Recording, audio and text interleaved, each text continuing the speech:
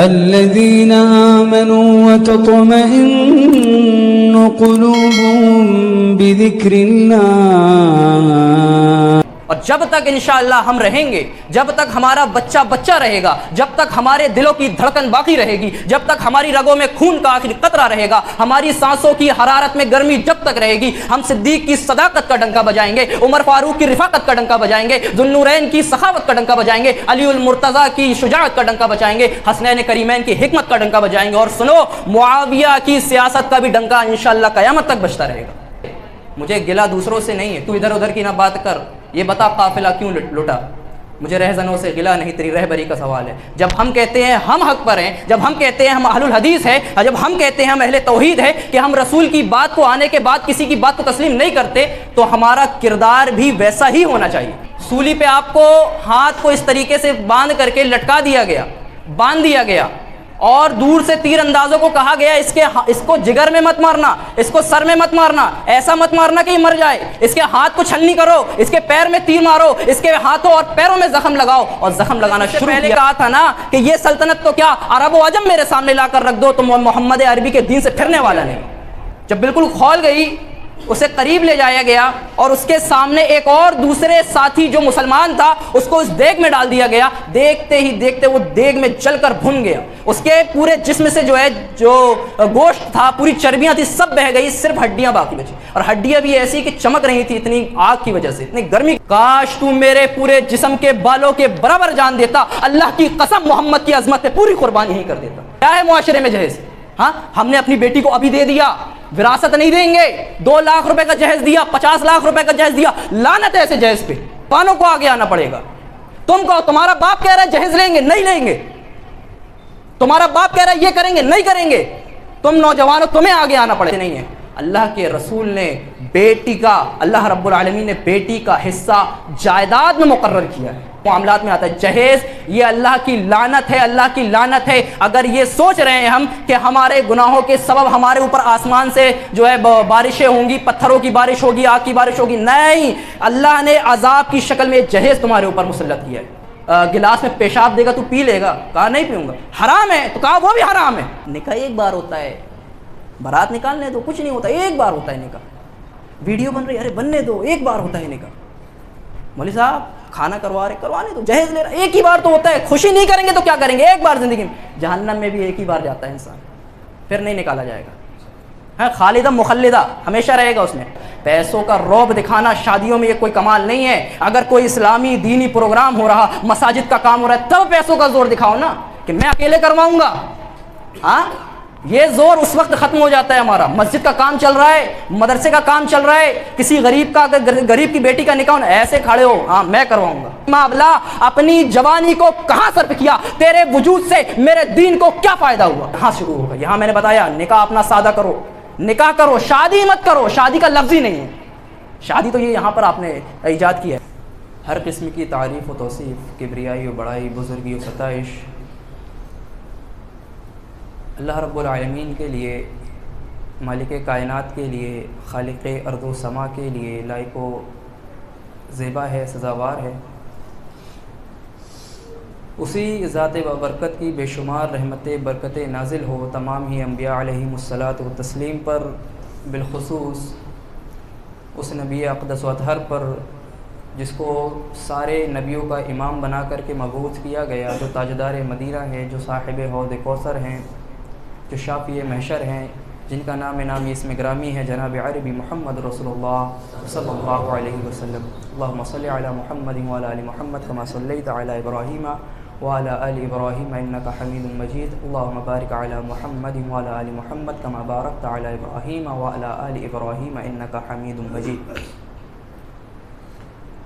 عزیزان گرامی قدر، اللہ رب العالمین نے قرآن مجید میں ارشاد فرمایا وَلَا تَلْمِزُوا الْحَقَّ بِالْبَاطِلِ، کہ تم حق کو باطل کے ساتھ خلط ملط نہ کرو. بعض لوگ کہتے ہیں نا کہ بھائی ہم ایسے ہیں کہ ہمارے ہاں ہر چیز چلتا، ہم فرقہ واریت نہیں کرتے، ہمارے ہاں جو ہے اس چیز کی دعوت نہیں دی جاتی کہ جو بھی جماعت کے لوگ ہیں آئیں ہمارے ساتھ جڑے، ہمارے ساتھ کام کرے. تو اللہ کہتا ہے کہ وَلَا تَلْمِزُوا الْحَقَّ بِالْبَاطِلِ، کہ تم حق کو باطل کے ساتھ نہ ملاؤ. وہ لوگ ایک کیسے ہو سکتے ہیں کہ ایک بندہ شرک کر رہا ہو، ایک بندہ تو قبر پر سجدہ کر رہا ہو، اور دوسرا اس سجدہ کرنے والے کو، شرک کرنے والے کو جو ہے غلط سمجھ رہا ہو؟ تو یہ دونوں ایک کیسے ہو سکتے ہیں؟ ایک بندہ بدعت سے نفرت کر رہا ہے، دوسرا سنت کا پاسبان بنا ہوا ہے، محافظ بنا ہوا ہے، یہ دونوں ایک کیسے ہو سکتے ہیں؟ اور یہ الحمدللہ ہمارا امتیاز ہے کہ جس طریقے سے رسول اللہ صلی اللہ علیہ وسلم نے جب اپنی نبوت کا اعلان کیا اور کوہ صبا کی پہاڑی پر کھڑے ہوئے اور آواز لگائی یا صبا، یہ ہمارا امتیاز ہے کہ ہم منبر رسول پر کھڑے ہو کر کے اسی طریقے سے اللہ کے رسول کی دعوت کی طرف بلاتے ہیں، تفریق نہیں کرتے۔ ہماری دعوت ڈنکے کی چوٹ پر ہوتی ہے، اور جب تک انشاءاللہ ہم رہیں گے، جب تک ہمارا بچہ بچہ رہے گا، جب تک ہمارے دلوں کی دھڑکن باقی رہے گی، جب تک ہماری رگوں میں خون کا آخری قطرہ رہے گا، ہماری سانسوں کی حرارت میں گرمی جب تک رہے گی، ہم صدیق کی صداقت کا ڈنکا بجائیں گے، عمر فاروق کی رفاقت کا ڈنکا بجائیں گے، ذوالنورین کی سخاوت کا ڈنکا بجائیں گے، علی المرتضیٰ کی شجاعت کا ڈنکا بجائیں گے، حسنین کریمین کی حکمت کا ڈنکا بجائیں گے، اور سنو، معاویہ کی سیاست کا بھی ڈنکا انشاءاللہ قیامت تک بجتا رہے گا۔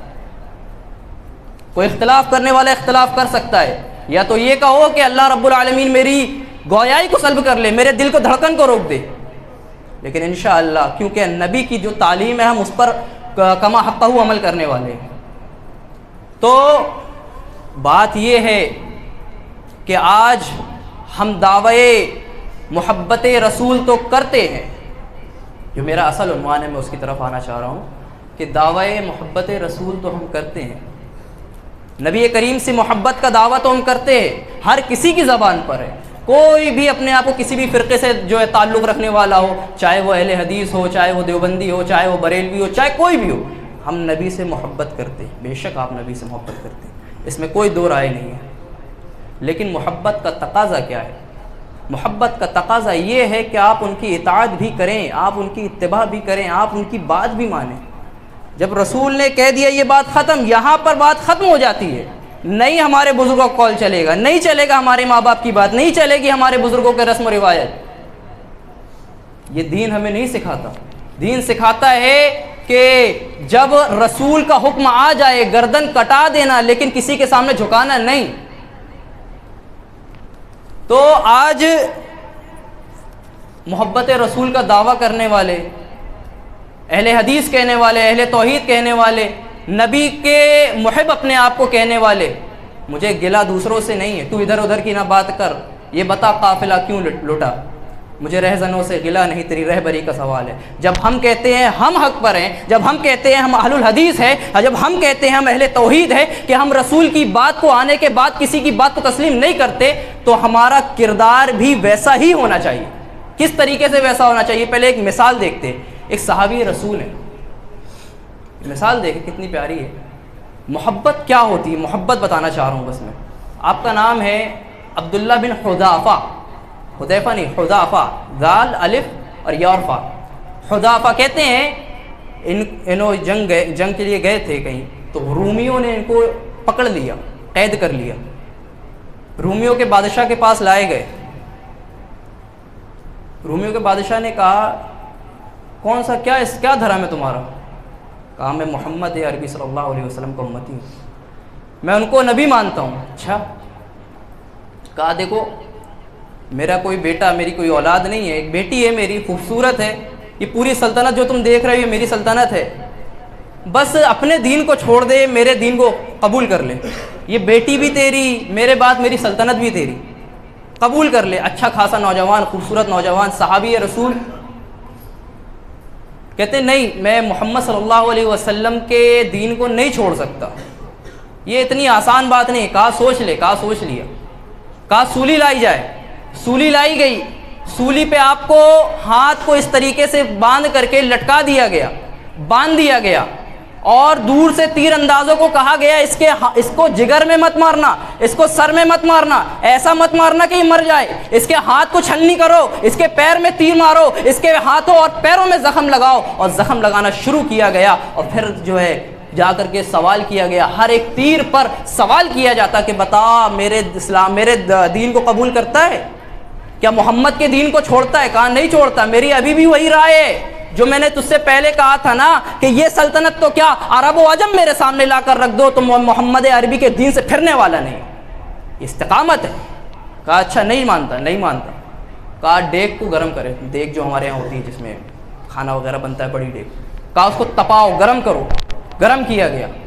جب بالکل کھول گئی اسے قریب لے جایا گیا اور اس کے سامنے ایک اور دوسرے ساتھی جو مسلمان تھا اس کو اس دیگ میں ڈال دیا گیا. دیکھتے ہی دیکھتے وہ دیگ میں جل کر بھن گیا. اس کے پورے جسم سے جو گوشت تھا, پوری چربیاں تھی, سب بہہ گئی, صرف ہڈیاں باقی بچی. اور ہڈیاں بھی ایسی کہ چمک رہی تھی اتنی آگ کی وجہ سے, اتنی گرمی کی وجہ سے. تو کہا کہ اب سوچ تیرا بھی یہی حشر ہونے والا ہے. اگر محمد کے دامن کو نہیں چھوڑتا تو یہی تیرا حشر ہوگا. لیکن وہ بھی کیا لوگ تھے کہ ایک بار جب رخ مصطفیٰ کو دیکھ لیتے تو پھر اس کی طرف سے نظر نہیں ہٹاتے. کہا کہ قبول کرتا ہے؟ نہیں کرتا. ٹھیک ہے, بولا ڈالے جاؤ. اٹھا کر کے ڈالنا شروع کیا. رونے لگے. بادشاہ خوش, ارے میری سلطنت کے لیے وارث مل گیا, میری بیٹی سے شادی کرو. اور رکو لاؤ, واپس لاؤ. کیا ہوا, رو رہے ہو؟ میرے مذہب کو بول تو رہا ہوں, قبول کر لو. ارے اتنی بڑی سلطنت ہے, کیا چاہیے, عیش و آرام سے زندگی گزارنا, تمہاری اولاد آئیں گے, تمہارے لوگ رہیں گے, سب تم خوشی سے رہنا. کہا نہیں ظالم, تو نے سمجھا ہی نہیں مجھے, میں محمد عربی کے غلاموں میں سے ہوں. سن, اللہ سے میں صرف اس لیے شکوہ کر رہا ہوں, اللہ تو نے ایک جان دی تھی, صرف ایک جان دی تھی.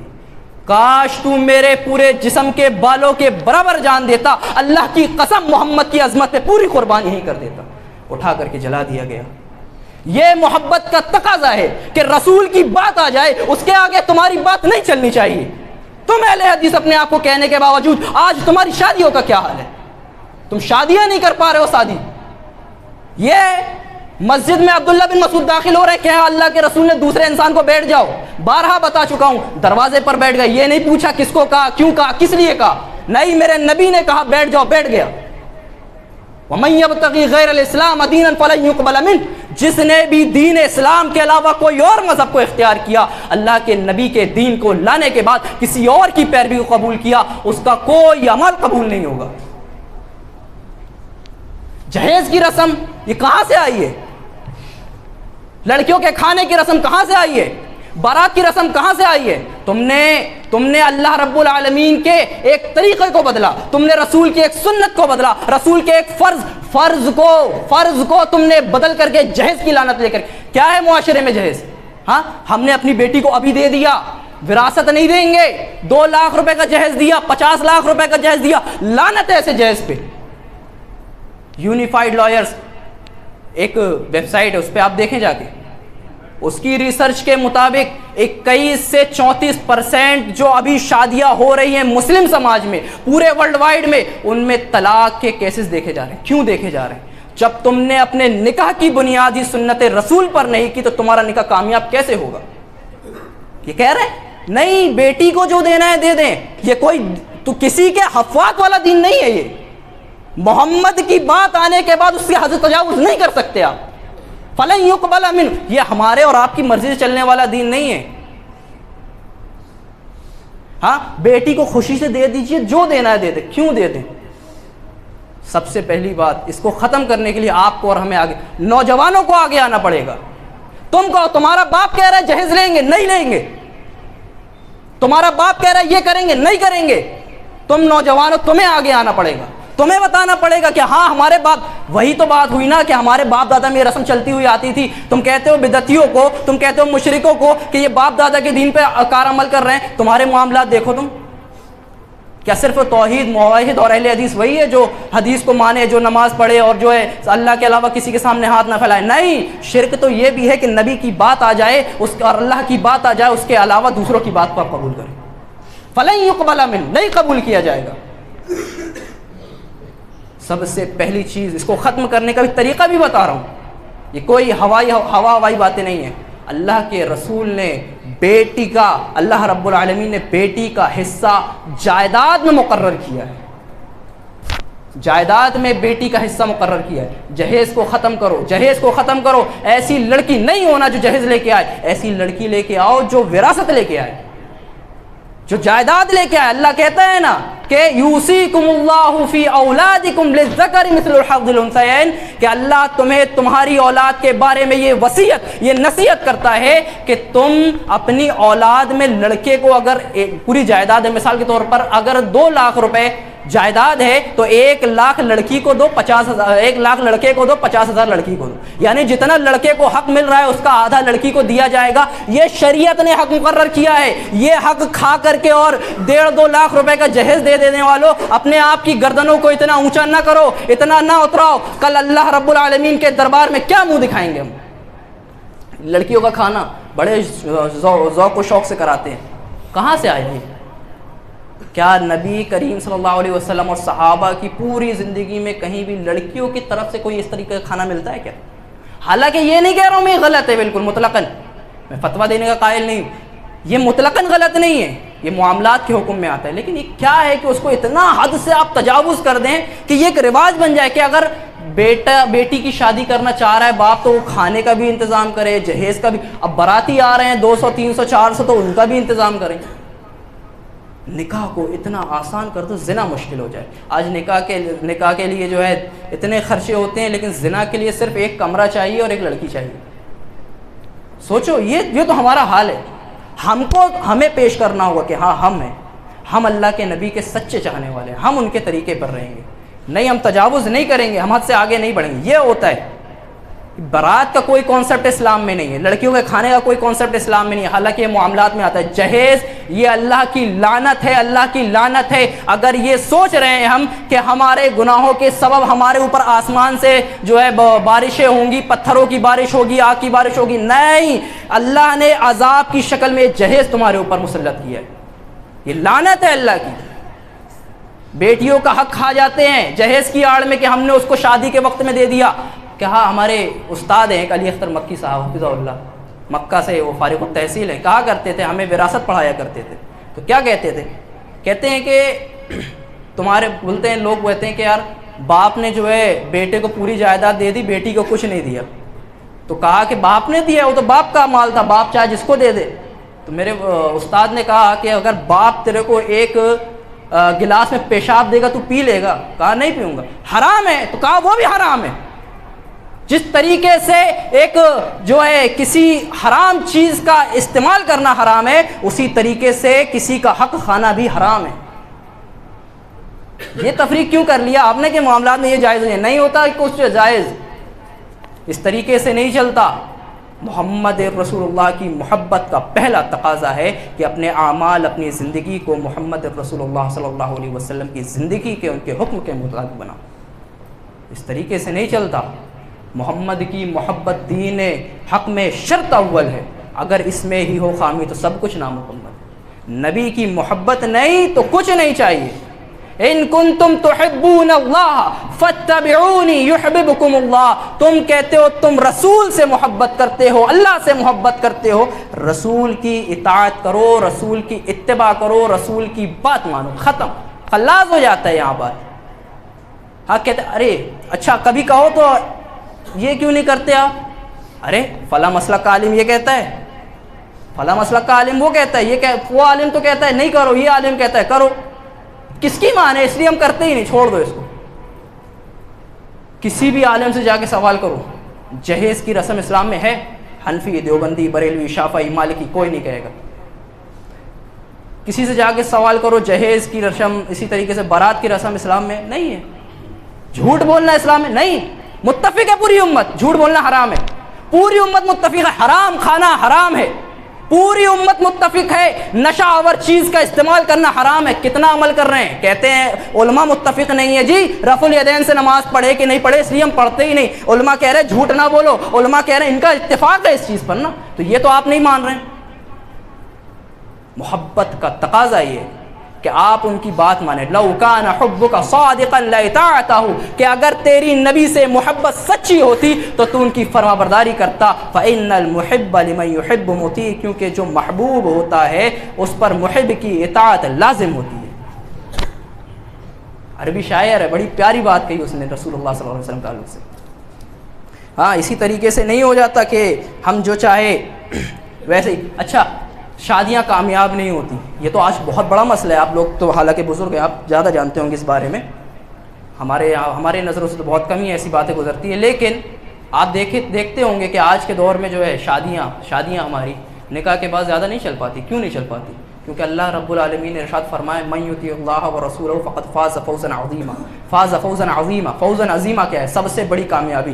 اگر کوئی چیز کامیابی چاہتے ہیں, کوئی چیز میں, تجارت میں, معاملات میں, اخلاقیات میں, کسی بھی چیز میں, کردار میں کامیابی چاہتے ہیں, اللہ رب العالمین نے کہا من یطیع اللہ ورسولہ فقد فاز فوزا عظیما. جس نے اللہ کی, اس کے رسول کی اطاعت کی, فرما برداری کی, فقد فاز فوزا عظیما, وہ کامیاب ہو گیا. تمہاری شادیاں اگر کامیاب نہیں ہو رہی ہیں تو تمہاری شادیوں میں بدعت, خرافات ہے, صرف بے حیائی ہے, بے شرمی ہے, بے پردگی ہے, اس لیے تمہاری شادیاں کامیاب نہیں ہو رہی. اور میں کہتا ہوں میری بہنوں سے, میرے بھائیوں سے, مر جانا, خون کے گھونٹ پی لینا, اپنی بیٹیوں کو گھر میں بیٹھال کر کے بھوکا مار دینا, لیکن کبھی کسی قبر کے پجاری کے ساتھ اس کا نکاح نہ کرنا, کبھی کسی بدعتی کے ساتھ نکاح نہ کرنا. کیونکہ آپ نے اگر اس طریقے سے کر دیا, اللہ کی قسم کل بروز قیامت, اللہ کے رسول کی حدیث ہے, 4 لوگوں کو لے کر کے ایک عورت جہنم میں جائے گی, ان میں سے آپ ایک ہوں گے. ارے تم نے 22 سال تک اپنی اولاد کو, اپنی بیٹی کو یہ دیا کہ توحید پر قائم رہو, سنت کی پیروی کرو, لیکن جب اس کا نکاح کا معاملہ آیا تو تم نے صرف جمال کے چکر میں, پیسوں کے چکر میں, اور جو ہے خاندانی نسبت کے چکر میں اس کا نکاح ایک اہل بدعت سے کر دیا. کیا یہ سلف میں, کیا صحابہ میں یہ رواج تھا؟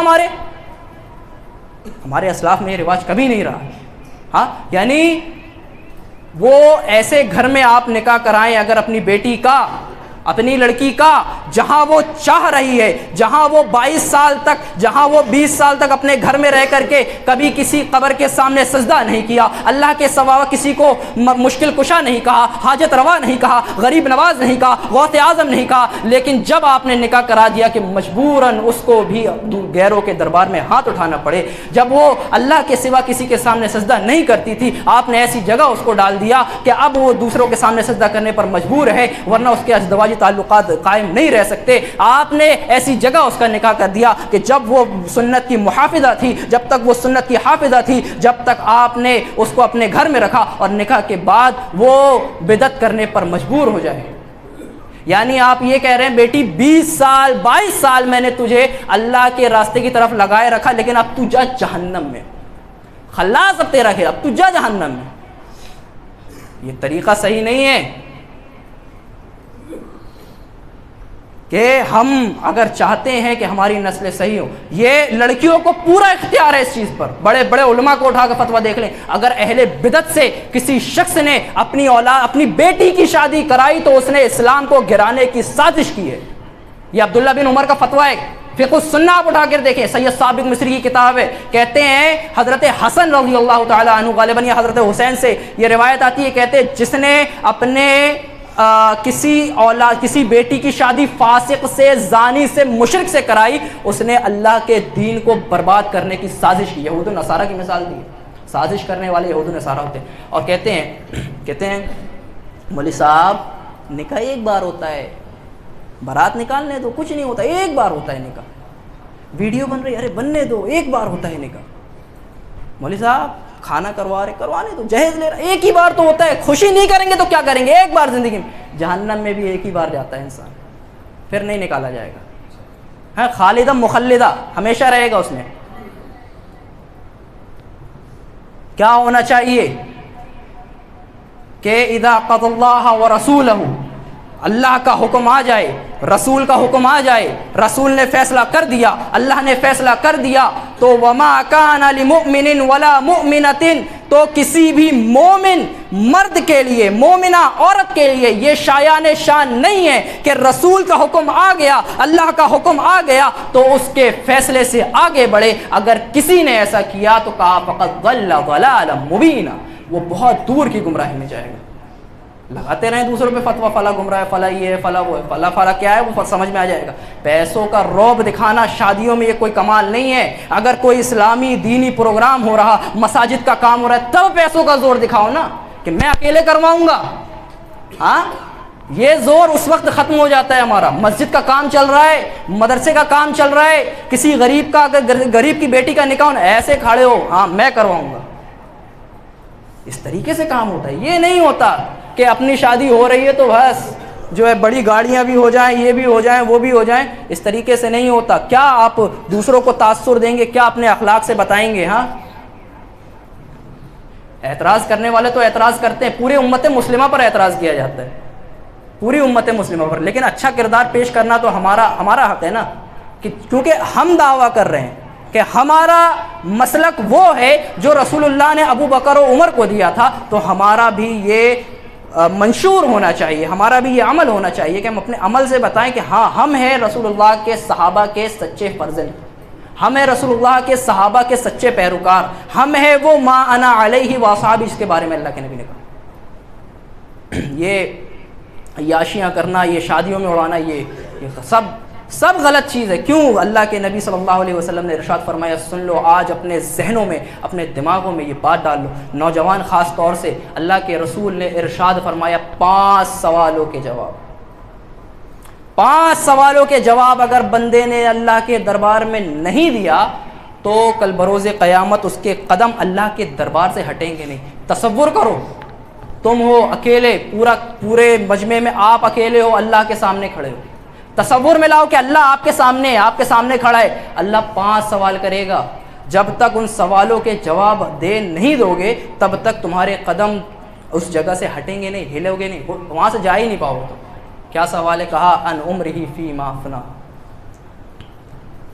عمر کہاں گزاری، پوری زندگی اپنی کہاں گزاری.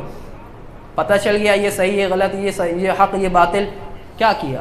کچھ فرق آیا کہ نہیں آیا؟ پوری زندگی کہاں گزاری؟ اللہ کی اطاعت میں، فرما برداری میں گزاری، یا معصیات میں گزاری، نافرمانی میں گزاری؟ اچھا، عمر کیا ہوتی ہے؟ عمر کیا ہوتی ہے؟ ایک انسان کی ایج کیا ہوتی ہے؟ کہ پوری زندگی کیا ہوتی ہے؟ جس لمحے، جس سیکنڈ بچہ پیدا ہوا، جس لمحے وہ جوان ہو کے بوڑھا ہونے کے بعد مر کر کے اس دنیا سے چلا گیا، یہ پورا مرحلہ، اس میں کیا ہے؟ بچپن ہے، جوانی ہے، بڑھاپا ہے، آ گیا، مر کر چلا جاتا ہے، اس کو کہتے ہیں پوری زندگی، پوری عمر. تو اللہ کے رسول صلی اللہ علیہ وسلم نے اس سوال کے بعد دوسرا سوال کیا کیا پتہ ہے؟ ان شبابہ فیما ابلا، جوانی کو کہاں گزارا؟ جوان خون ہے، کرنے دو عیاشی نا، جوان خون ہے، برات نکالنے دو، جوان خون ہے، بم پٹاخہ کرنے دو، کوئی دقت نہیں. اللہ کے رسول نے کہا ان شبابی فیما ابلا، اپنی جوانی کو کہاں صرف کیا؟ تیرے وجود سے میرے دین کو کیا فائدہ ہوا؟ ہاں ہٹا کٹا تو تھا نا، سب کچھ تو تھا نا، کہاں اپنی جوانی کو گزار کے آئے ہو؟ بتاؤ، جواب دو. تیسرا سوال، ان مالہ این اکتسبہ، سوال کرے گا اللہ تیسرا کہ اپنے مال کو کہاں سے کمایا؟ حلال طریقے سے کمایا کہ نہیں کمایا؟ کسی کمزور کا، کسی لاچار کا، کسی بیوہ کا، کسی مسکین کا، کسی یتیم کا مال زور و زبردستی سے ضبط تو نہیں کیا، چھین تو نہیں لیا، جبر تو نہیں کیا، ظلم تو نہیں کیا. یہ تیسرا سوال کہ مال حلال طریقے سے کمایا کہ نہیں کمایا؟ نقلی مال تو نہیں بیچا، لوگوں کو دھوکہ تو نہیں دیا، قسمیں کھا کھا کر بتایا تو نہیں؟ مال کہاں سے کمایا؟ وَأَيْنَ أَنفَقَهُ، مال اگر حلال طریقے سے کما رہا، محنت کر رہا، مزدوری کر رہا، تمام معاملات کھلے ہوئے، دیکھیں یہ ہمارا حلال کاروبار ہے. اب اس حلال مال کو کما کر کے کہاں خرچ کیا؟ آگے شادی والی بات پھر سے گھوم پھر گئے. کہاں خرچ کیا؟ شادی میں 1.5 لاکھ روپے خرچ کیا، اس چیز میں شادی میں 1.5 لاکھ خرچ کیا، اس چیز میں 5 لاکھ کیا، اس چیز میں. دو اللہ کو جواب دو گے؟ اللہ برات میں 2.5 لاکھ خرچ کیا، اس میں اتنا لاکھ خرچ کیا، کیا جواب دو گے؟ چوتھا سوال، تیسرا کیا؟ کہاں سے کمایا اور کہاں خرچ کیا؟ یہ ہمارا دین ہے کہ اگر حلال کما رہے ہیں تو حساب دینا ہے، حرام کما رہے ہیں تو عذاب چکھنا ہے. یہ ہمارا اسلام ہے. کون سا اسلام، کون سا ایسا دھرم ہے، کون سا ایسا مذہب ہے جو اتنی اعلیٰ اور اتنی اونچی تعلیم دیتا ہو آپ کو؟ 5واں سوال، علم کے مطابق کتنا عمل کیا؟ آج خطبے میں نے بیان کر دیا یہ ساری چیزیں غلط ہیں. نکاح میں جو خرافات کی جاتی، نکاح میں صرف ایجاب و قبول ہے، مہر ہے اور ولیمہ ہے، اور کوئی چیز کا اسلام میں اس سے تعلق نہیں. ایجاب و قبول، مہر اور ولیمہ. بس اس کے علاوہ کچھ نہیں. آج میں نے بتا دیا یہ چیز. اب اللہ رب العالمین کا 5واں سوال یہاں شروع ہوگا. یہاں میں نے بتایا نکاح اپنا سادہ کرو, نکاح کرو, شادی مت کرو. شادی کا لفظ ہی نہیں ہے. شادی تو یہ یہاں پر آپ نے ایجاد کیا ہے, شادی کا لفظ ہی نہیں کوئی. نکاح کرو, نکاح کرو, مساجد میں نکاح کرو, لا کر کے سنت کے مطابق نکاح کرو. تمہاری جو ہے اولادیں بھی نیک ہوں گی, برباد نہیں ہوں گی تمہاری اولاد. 5واں سوال اب یہاں شروع ہوتا ہے. مولوی صاحب نے حق بتایا, کیا صحیح ہے کیا غلط. اب اپنے علم کے مطابق جو مولانا نے بتایا, جو قرآن نے بتایا, جو حدیث نے بتایا, کتنا عمل کیا. پتہ تھا یہ حرام ہے, یہ غلط ہے, یہ ناجائز ہے, یہ چیزیں درست نہیں ہے, اب بتا اب کتنا عمل کیا تم نے. یہاں بات ہوتی ہے ختم. یہ 5 سوال. کون کون سے سوال, اس کو پھر ذہن نشین کرے. باپ بولے ٹھیک ہے کوئی بات نہیں, باپ بولے کوئی بات نہیں, ماں بولے کوئی بات نہیں, رشتہ دار بولے کوئی بات نہیں. اگر کہیں گردن جھکے گی تو رب کے سامنے جھکے گی, اور اگر ہمارا دل کسی بات کو مانے گا تو محمد رسول اللہ کی مانے گا. ہمارے باپ کی بات نہیں چلے گی, ہماری ماں کی بات نہیں چلے گی, ہمارے رشتہ داروں کی بات نہیں چلے گی, ہمارے دادا پردادا ہمارے بزرگوں کے رواج نہیں چلیں گے, ہلدی نہیں چلے گی, منگنی نہیں چلے گی. چلے گا تو صرف رسول اللہ کا فرمان کے نکاح کو سادہ کرو, خلاص ہو جاتا ہے. ہاں ابن عمر کہتے ہیں اپنے والد کے بارے میں, کہتے ہیں کہ شریعت میرے باپ پہ نازل نہیں ہوئی ہے. ابن عمر اپنے باپ عمر بن خطاب کے بارے میں 64 لاکھ مربع میل کے جو حکومت قائم کرنے والے عمر بن خطاب تھے, ان کے بارے میں کہتے ہیں میرے باپ پہ وہ شریعت تھوڑی نازل ہوئی ہے. شریعت نازل ہوئی ہے محمد الرسول اللہ پہ, میں ان کی بات مانوں گا, اپنے باپ کی بات نہیں مانوں گا میں شریعت کے خلاف. یہ ہونا چاہیے کہ میرے باپ پہ, ہمارے اور آپ پہ شریعت نہیں اتری, رسول اللہ پہ اتری ہے, بس یہاں بات ختم ہو جاتی ہے. تو اپنے نکاح کو سادہ کریں. 5 سوالوں کا جو اللہ رب العالمین سوال کرے گا ان کا جواب دیں, ان کو اپنے ذہن میں رکھیں. بس ان کے ساتھ میں اپنی بات کروں گا. پہلی بات کیا ہے, پہلی بات یہ ہے کہ آپ نے اپنی پوری عمر کہاں گزاری, پوری زندگی کہاں گزاری. دوسری سوال یہ کرے گا اللہ اپنی جوانی کہاں گزاری, جوانی کہاں گزاری. نوجوانوں تمہارے لیے سوچنے کا مقام ہے, سوچنے کا مقام ہے, جوانی کہاں گزاری. تیسری چیز مال کہاں سے کمایا. ہر کوئی شامل ہے, نوجوان بھی شامل ہے. آج کل تو بالغ بھی نہیں ہوتے تو لوگ جو اپنی اولادوں کو لگا دیتے ہیں کام پہ. باپوں کے لیے ان کے نصیحت ہے کہ مال کہاں سے کمایا, وَأَيْنَ أَنفَقَهُ کہاں خرچ کیا, اور علم کے مطابق کتنا عمل کیا. یہ 5 سوالوں کے جواب اللہ رب العالمین کے دربار میں اگر نہیں دیا تو یاد رکھو کہ اللہ کے دربار سے تمہارے قدم نہیں ہٹیں گے, تمہارے قدم ہلیں گے نہیں جب تک ان 5 سوالوں کے جواب نہیں دو گے. اللہ سے یہ دعا کرو اللہ رب العالمین ہمیں تیرے رسول کے بتائے ہوئے طریقے کے مطابق پوری زندگی کی جو ہے گزارنے کی توفیق عطا فرمائے. اللہ ان 5 سوالوں میں ہمیں ثابت قدم رہنے کی توفیق عطا فرمائے. ان 5 سوالوں کے اعتبار سے ہماری زندگی میں اعمال کرنے کی توفیق عطا فرمائے. ہمیں سنت کا پاسبان بنائے, محافظ بنائے. اللہ رب العالمین ہمیں سنت پر عمل کرنے والا بنائے, بدعات سے اجتناب کرنے والا بنائے. اور یہ نکاح میں جو خرافات ہوتی ہیں, شادی نہیں, ہمیں نکاح کرنے کی توفیق عطا فرمائے. شادی کرنے کی توفیق نہ دے, ہمیں نکاح کرنے کی توفیق دے اللہ رب العالمین. جب تک زندہ رکھے تیرے محمد رسول اللہ صلی اللہ علیہ وسلم کا امتی بنا کر رکھے, اور جب ہمارا خاتمہ ہو تو ہم تیرے جھنڈے, تیرے حبیب کے جھنڈے کے نیچے نبی کریم صلی اللہ علیہ وسلم کے امتی بن کر آئے. آمین. وآخر دعوانا الحمدللہ رب العالمین.